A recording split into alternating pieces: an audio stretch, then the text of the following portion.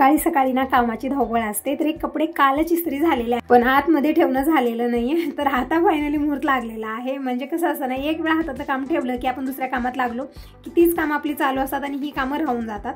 एक वेळा हातात काम घेतलं, कंप्लीट केलं, तर ती कामं जी आहेत ना नंतर करण्याची गरज नाहीये आणि मला तसंच काम आवडतं. पण काल असं झालं ना की थोडीशी धावपळ झाली, कोणीतरी आलं घरी की आपल्या हातातली कामं जिथल्या तिथं राहतात, तसं झालेलं होतं. तर सगळे कपडे मी आता इकडे आणून ठेवलेले आहेत आणि ज्या पॅन्टीची जी शर्ट आहे तेच मी घालून ठेवते, कारण जेव्हाही बाहेर जायचं असतं यांना खूप घाई गडबड असते. दिनेशच्या पप्पांना खूप घाई गडबड करत असतात. मग त्यावेळेमध्ये एक पॅन्ट येते आणि एक शर्ट येते. मग मी काय करते, जेव्हा मला खाली वेळ भेटतो त्यावेळेस सगळं व्यवस्थित ठेवते. म्हणजे खाली वेळ आपल्याकडे कधीच नसतो. आपण सतत कुठल्या कामात व्यस्त असतो, पण वेळ काढावा लागतो आणि ही कामं अशा वेळेत करणं गरजेचं आहे, कारण घाई गडबडीत एक पॅन्ट एक शर्ट जाते. मग त्यापेक्षा तरी चांगलं आहे ना की जेव्हाही आपल्याला वेळ भेटतो त्यावेळेमध्ये आपण ही सगळी कामं अगोदरच आवरून ठेवणं ठीक वाटतं मला. तर इकडे सगळे कपडे इस्त्री तर मी केलेले आहेत अगोदरच, फक्त शर्टी जे आहेत ना ती वेगळ्या झालेल्या होत्या आणि पॅन्ट जे आहेत ना दिनेशने इस्त्री अगोदरच केलेले होते आणि ते मी ठेवलेले होते कपाटामध्ये. ते मी काढून घेतले आणि ज्या पॅन्टची जी शर्ट आहे ती मी त्यामध्येच घालून ठेवलेली आहे. आणि खूप सारे दिनेशचे शर्ट आहेत ते मी वेगळे ठेवलेले, म्हणजे इकडे दीपकचे, दिनेशचे आणि यांचे तिघांचे कपडे मी असे ठेवलेले आहेत. म्हणजे 3 लाईन केलेले आहे, म्हणजे ज्यांना जे कपडे पाहिजे ते पटकन मला देता यावं घाई गडबडीमध्येही. आणि माझ्या साड्या वगैरे मी वरच्या साईडला ठेवलेल्या आहेत. तर अशा पद्धतीने मी कपाट ठेवलेला आहे, म्हणजे पटकन घ्यायला यावं आपल्याला घाई गडबडीमध्येही. एक घ्यायला जाऊन दुसरं यावं असं होत नाही. तर अशा पद्धतीने मी हे सगळं कपडे वगैरे ठेवून दिलेले आहेत. आता आलेले आहे बाहेर आणि कपडे उन्हाला टाकायचे आहेत. पण त्या अगोदर जे निळचे कपडे आहेत, म्हणजे बाबांचे कपडे व्हाईट असतात आणि त्याला निळ घालावं लागते, तर सगळ्यांना मी अगोदर इकडे निळ घालत आहे आणि सगळे कपडे उन्हाला टाकते. म्हणजे थोडासा लेट झाला, ही ती कामं आवरत बसले, पोळ्या केलेल्या होत्या आणि बाबा आता थोड्या वेळात ताईकडे जायला निघत आहेत. तर इकडं मी जी पोळ्या बनवलेल्या होत्या अगोदरच्या व्हिडिओमध्ये तुम्ही बघितलेला आहे, त्या पोळ्या मी बांधलेल्या आहेत आणि पिशवी तयार केलेली आहे. म्हणजे ताईला वाण पण दिलेलं आहे. म्हणजे आता ताईकडे मलाही जाणं झालेलं नाही ना, ताई इकडे आलेल्या आहेत. मकर संक्रांतीच्या सणाला म्हणजे माहेरी येणं होत नाही, कारण आपापल्या घरी आपल्याला म्हणजे जे पूजन, शुगर पूजन आहे, सवासणी येतात, ते सगळं आपल्याला करायचं असतं. त्यामुळे ताईला इकडे येणं झालेलं नाही, म्हणून मी तिकडंच हळदी कुंकू वाण जे आहे सगळं दिलेलं आहे. बाबा गेलेले आहेत आणि मी ही सगळी माझी कामं आवरलेली आहेत. तोपर्यंत कपडे पण हाडकलेले आहेत. म्हणजे नंतर मी जी ही कामं होती थोडीफार आवरली आणि थोडंसं रेस्ट घेतलेलं होतं. तुम्ही म्हणतही होता की ताई थोडंसं रेस्ट घे, या सगळ्या कामं तर आपल्याला असतातच, त्यामध्येच थोडासा वेळ काढून आपल्याला रेस्ट पण घ्यायचा आहे. तर हो, तुमचं बरोबर आहे, स्वतःची काळजी घेणे खूप गरजेचं आहे. तर आज कपडे खूप सारे झालेले होते, म्हणजे 2 वेळा मी मशीन लावलेली होती. म्हणजे जसं मी अगोदरच्या व्हिडिओमध्ये म्हणलेलं होतं की दिनेश बिदरला गेलेला होता, कारण तिकडं ट्रेनिंग होती. त्या ट्रेनिंगसाठी गेलेला होता आणि येणार पण नव्हता, पण कॉलेजमुळे दिनेशला यावं लागलं. म्हणजे एक्झाम आहेत त्यामुळे आलेला आहे आणि आता म्हणत आहे जात नाही. अगोदर जेव्हा मी म्हणत होती की दिनेश जाऊ नको, कारण घरात कोणी नाही आहे आणि दीपक तरी गेलेला आहे, तू पण गेला असं, मग आता थोडंसं वाटतं ना की घरामध्ये मुलाबाळांनाच घर भरून असतं आणि दीपकही गेला, दिनेशही गेला, मग थोडंसं असं वाटत होतं मला. म्हणजे 1-2 दिवस तर खूप बोरिंग गेले माझे. तुम्ही बघितलेले अगोदरच्या व्हिडिओमध्ये अजिबात माझं मन लागलेलं नाही.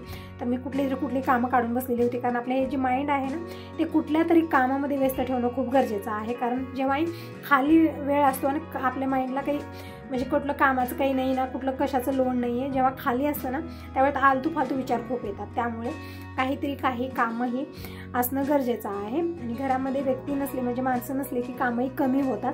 मग त्यावेळेमध्ये मी कुठले तरी घरची कामं काढून बसते, जी केलेली असली तरी पण चालते, पण करत राहते. कारण असं वाटतं ना की फालतू विचार करायला वेळ नको आपल्याकडे. आणि 2-3 दिवस तसं झालेलं होतं. दिनेशही नको, बाबाही नको. आणि दिनेशच्या पप्पांचं कसं आहे, मॉर्निंगला गेले गॅरेजला की मग रात्रीच घरी येणार, मग कामं तरी काय असणार. मग त्यामध्ये सणवार होता, हळदी कुंकू देणं, हे सगळं म्हणजे यामध्ये 1-2-3 दिवस बिझी गेले माझे. म्हणजे छान वाटलं मला. पण आता परत दिनेश आलेला आहे, बाबा आलेले आहेत, आता परत छान वाटत आहे. म्हणजे जसं अगोदर होतं तसंच माझा रुटीन बिझी झालेला आहे. तर तुम्हाला बोलत खूप सारी कामं आवरलेली आहेत. कपडे काढून आणले, घडी घालून ठेवलेत, म्हणजे जे कपडे ज्या जागेत ठेवायचे तिथंच ठेवलेले आहेत. म्हणजे मॉर्निंगला शोध नको, कारण मॉर्निंगला सगळ्याला घाई गडबड असते. मला वेगळीच घाई गडबड असते आणि त्यांना वेगळीच घाई गडबड असते. मग जिथल्या तिथं ठेवते, म्हणजे जागा बदलत नाही. जागा बदलली की परत मग मला येऊन द्यावं लागतं, कारण त्यांना भेटत नाही आहेत. म्हणून मी ज्या जागेमध्ये ठेवायचे त्या जागेत ठेवलेलं आहे. सगळे कपडे व्यवस्थित ठेवलेले आहेत घडी घालून.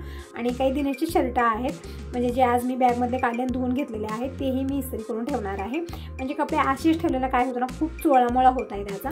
त्यामुळे जेव्हाच्या तेव्हा आपण इस्त्री करून ठेवलं तर ते व्यवस्थित राहणार आहेत. म्हणून मी ही इस्त्री लावलेली आहे. म्हणजे अगोदर केलेली नाही तर केलेलीच नाही, आता एक वेळा सुरुवात केली तरी बघा आता छान परफेक्ट जमत पण आहे मला इस्त्री करायला. म्हणजे अगोदर वाटतं की जमत नाही आहे, शर्ट इस्त्री करणं थोडंसं कठीण आहे, पण काही नाही, आपण करत गेलं तर सगळी कामं आपली सुरळीत होतात. असं काही नाही, कठीण काहीच नाही आहे. आपल्यासमोर कुठलं कठीण नसतं, फक्त करण्याची गरज आहे. तर इकडं सगळे शर्ट मी आणलेले आहेत, म्हणजे पॅन्ट आहे की नाही, फक्त शर्टच आहेत. काल पण मी शर्टच इस्त्री केलेले होते सगळे, आज पण शर्टच आहेत. म्हणजे जे कठीण वाटतं ते जास्त आहेत. तर असो, इकडे सगळे शर्ट मी इस्त्री करून घेते आणि सगळे कपडा ठेवते, म्हणजे कपड्यांचं काम होऊन जाईल. मग जी बाकीचे कामं आहेत ते दिवसभर निवांत आवरायचे. असं नाही की आपले कामं हे आहेत म्हणजे संपले असं म्हणायचंच नाही, कामं निघतच जाणार आहेत. असं वाटतं ना एक वेळेला की कामं खूप सारे आहेत, खूप कंटाळा आलेला आहे, कुठेतरी घर सोडून निघून जावं, इतका कंटाळा येतो. आणि जेव्हा कोणी घरात नसतं त्यावेळेत कामही नसतात आणि इतकं बोर जातं ना. तर हे ठीक आहे की आपल्याला कामं असतात, हे ठीक आहे, मला ठीक वाटतं. दिवसभर आपण कामामध्ये व्यस्त असतो आणि त्यामध्ये वेळ कसा जातो ते कळत नाही, नाहीतर खूप बोर होतं. त्यामुळे आपण दिवसभर व्यस्त राहणं खूप गरजेचं आहे. तर इकडं सगळे शर्ट मी इस्त्री केलेले आहेत, बघू शकता. एकदम छान अशी कडक इस्त्री बसलेली आहे. काल तितकं जमत नव्हतं, पण आज एकदम परफेक्ट जमलेलं आहे. तर कपडे इस्त्री करून झाले, हात आलेले मी किचनमध्ये. बघू शकता किचनमध्ये किती पसारा आहे.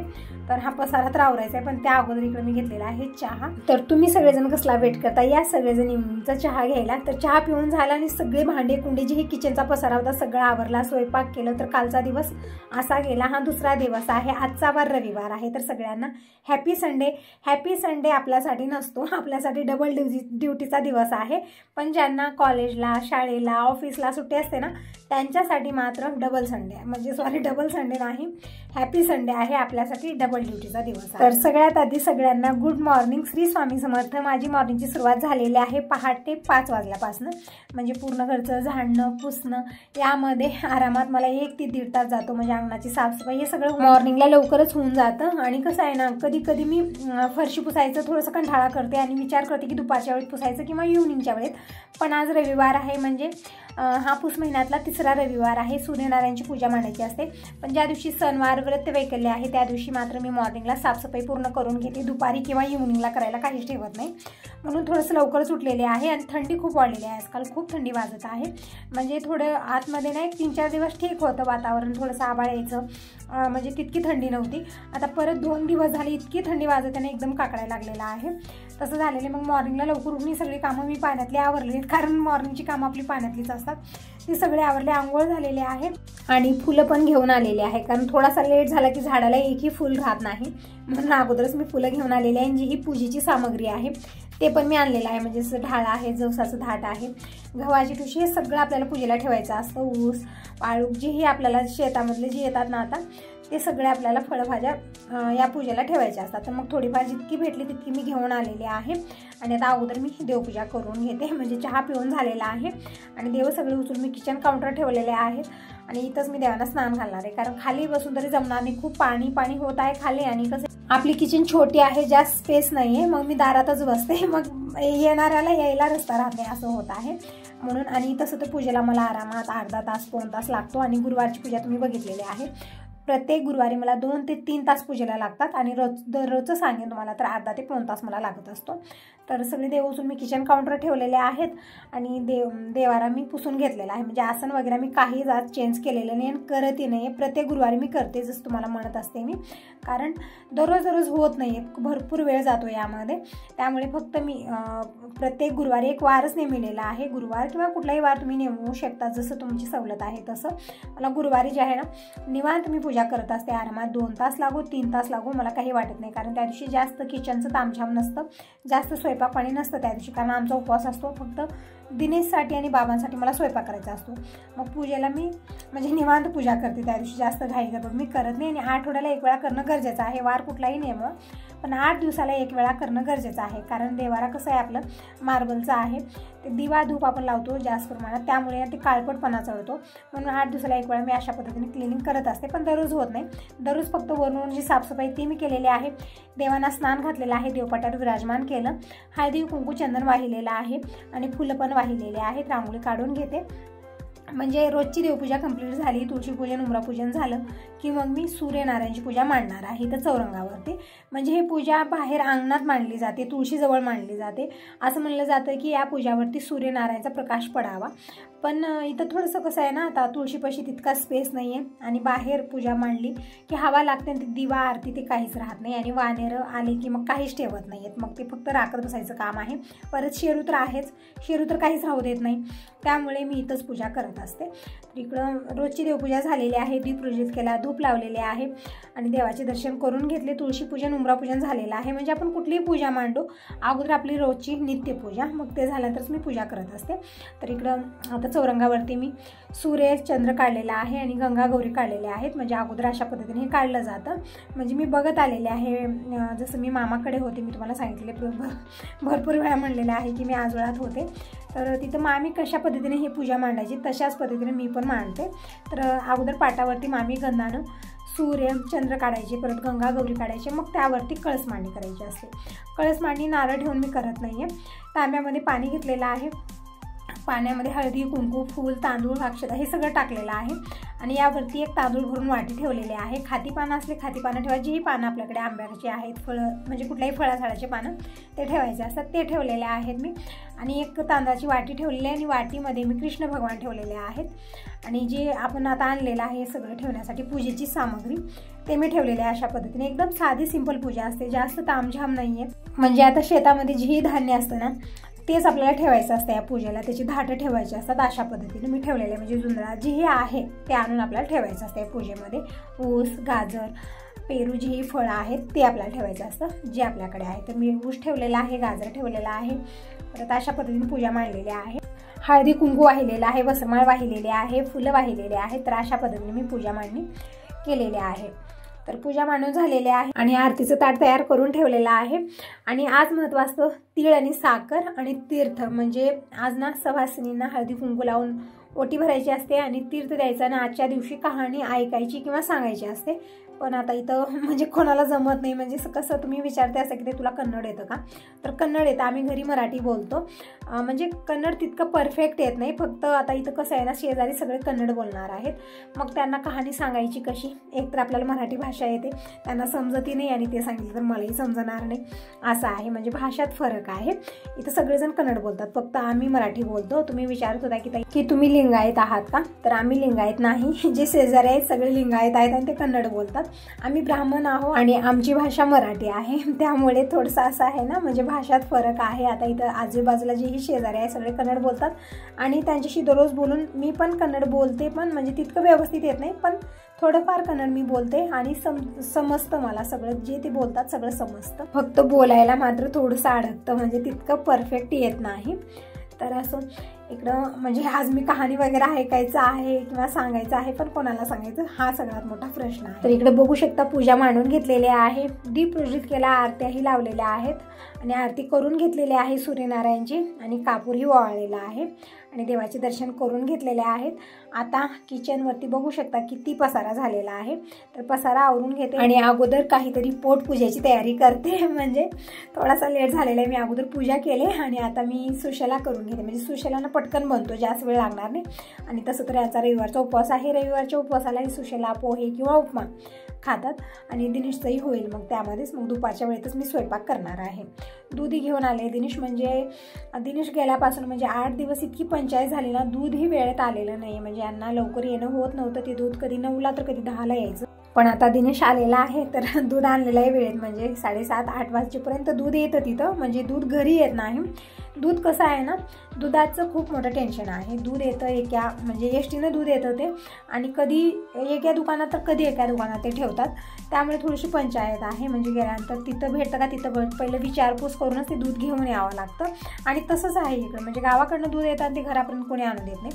एकतरी एसटीनं येतं, नाहीतरी ती कॉलेज म्हणजे आता कोणीतरी मुलं शाळेत येणार आहेत त्यांच्यापाशी येतं, मग तिथं जाऊन आणायचं. थोडंसं पंचायत आहे, त्यामुळे ना थोडंसं तामझाम वाटतं दूध घरी येईपर्यंत. तर दिनेश दूध घेऊन आलेला आहे, दूध गरम करायला ठेवलं आणि कालचं पण दूध ठेवलेलं होतं. मी जसं तुम्हाला अगोदरच्या व्हिडिओमध्ये म्हणलं की खवा बनवायचं आहे, पण खवा बनवणं मला काही झालेलंच नाही आहे. ते दूध जे आहे ना गरम केलं आणि विरजू लावलं, पण आजचं मात्र दूध 2 पातेल्यामध्ये ठेवलेलं आहे मी, कालचं नाही आजचं. तर आजचं गरम केलं, बघूया दुपारच्या वेळेत खवा तरी बनवणार आहे किंवा पनीर वगैरे काहीतरी मी बनवणार आहे. कारण आता दही आणि ताक हे खूप सारं झालेलं आहे. खाणार कोण आहे ना, म्हणजे 8 दिवस झालं तसंच होतं. दिनेश असता तर ती पावडर टाकून दूध पित असतो तो, पण मी पण दुधाचा चहा बंद केलेला आहे, त्यामुळे ते दूध खूप सारं राहत आहे. तर बघूया त्याची काहीतरी रेसिपी बनवूया. म्हणजे दुधापासून ना खूप साऱ्या रेसिपी बनतात आणि काही नाही जमलं तरी खवा तरी बनतो. तर अगोदर मी इकडं नाश्ता बनवून घेते. तर मुरमुरे घेतलेले आहेत, पाणी टाकून मी व्यवस्थित भिजवून घेतलं ते आणि पाणी पिळून काढलेलं आहे, ताटलीमध्ये काढून घेतलेलं आहे. म्हणजे मुरमुरे भिजवून घेतलेले आहेत. आता करूया बाकीची तयारी. तर हिरवी मिरची घेतलेली आहे, टमाटा घेतलेला आहे, सगळं बारीक चिरून घेऊया. म्हणजे ही सगळी तयारी झाली की पटकन तडका देते. तोपर्यंत दिनेशचंही आवडत आहे, म्हणजे आज थोडंसं लेट उठलेलं आहे. तर तिकडच्या रूममधलं आतरण राहिलेलं आहे, झाडून पुसून सगळंच राहिलेलं आहे. तर म्हणलं आता दुपारच्या वेळेत करणार आहे, कारण मॉर्निंगला झालं नाही तर मग ती पारसी कामं करणार आणि परत तिकडे देवपूजा नैवेद्य वगैरे मला करायचं आहे. तर म्हणलं असू दे, म्हणलं आता दुपारच्या वेळेतच निवांत मी ते करणार आहे. म्हणजे झाडणं पुसून तिकडच्या रूमचं राहिलेलं आहे. तिकडे हिरव्या मिरच्या मी चिरून घेतलेल्या आहेत, परत एक टोमॅटो घेतलेला आहे आणि शेंगदाणे जे आहेत ना ते भाजून मला वाटायचं होतं, पण काल झालेलं नाही आहे. आणि आता पण घाई गडबड खूप आहे, म्हणजे कमी वेळात मला झटपट करायचं होतं, त्यामुळे मी आता पण काही ते केलेलं नाही आहे. शेंगदाण्याचं कूट फक्त थोडंसं राहिलं आहे, तितकं टाकून मी करणार आहे. म्हणजे आपण साबूत शेंगदाणे डाळबट टाकलं तरी पण सुशेला छान बनतो, पण मी वाटूनच टाकत असते. तर इकडे दूधही दोन्ही पातेल्यात गरम झालेलं आहे. तर खिडकीत ठेवलेलं आहे मी दूध, आणि ते जी रॅक ठेवलेलं आहे त्यामुळे खूप हेल्प झालेली आहे. म्हणजे जी ही एक्स्ट्राचा पसारा आहे, काही डबे आहे जे पटकन मला घेता येतात सोप्या पद्धतीने, ते सगळं मी इथं ठेवत आहे. खरंच खूप छान झालेलं आहे, मला छान पण वाटत आहे. तर इकडं कढईमध्ये मी 2 चमचे तेल घेतलेलं आहे, मोहरी जिरं टाकलं, हिरवी मिरची आणि कांदा टाकलेला आहे, परतून घेतलेला आहे. आणि कांदा एकदम गोल्डन ब्राऊन असा होऊ द्यायचा नाही आहे. म्हणजे जेव्हा आपण नाश्त्याचं काही बनवत आहे, सुशेला असो पोहे असो, कांद्याचा हलकासा कच्चेपणा गेला की त्यामध्ये आपल्याला हळदी पावडर टाकायची आहे आणि जे हे भिजवलेले पोहे असो किंवा मुरमुरे असो ते टाकायचे आहेत. खूप छान हा नाश्ता बनवून तयार होतो. तर इकडे मी हळदी पावडर टाकलेली आहे, टोमॅटो टाकलेला आहे, परतून घेतलं आणि मुरमुऱ्यामध्ये मी थोडंसं शेंगदाण्याचं कूट आणि चवीपुरतं मीठ टाकलेलं आहे, मिक्स करून घेतलेलं आहे. आणि भिजवलेले मुरमुरे फोडणीमध्ये टाकायचे आहे आणि छान परतून घ्यायचं, म्हणजे छान मिक्स करून घ्यायचं आहे. आणि थोडा वेळ कमी गॅसवर झाकून ठेवलं. अगदी 5 मिनिटांमध्ये हा सुशेला बनवून तयार झालेला आहे. खाण्यासाठी खूपच चविष्ट आणि घरामध्ये सगळ्यांचा फेवरेट आहे. म्हणजे पोहे पण आवडतात, पण पोह्यानं एक असतं ना की ॲसिडिटीचा प्रॉब्लेम खूप वाढतो, त्यामुळे मी जास्त प्रमाणात सुशेला बनवते. तर असं आता यासोबत या व्हिडिओला इथं सेंड करते. व्हिडिओ चांगला वाटला असेल तर लाईक करा, पहिल्यांदा बघत असाल तर चॅनलला सबस्क्राईब करा. Bye bye.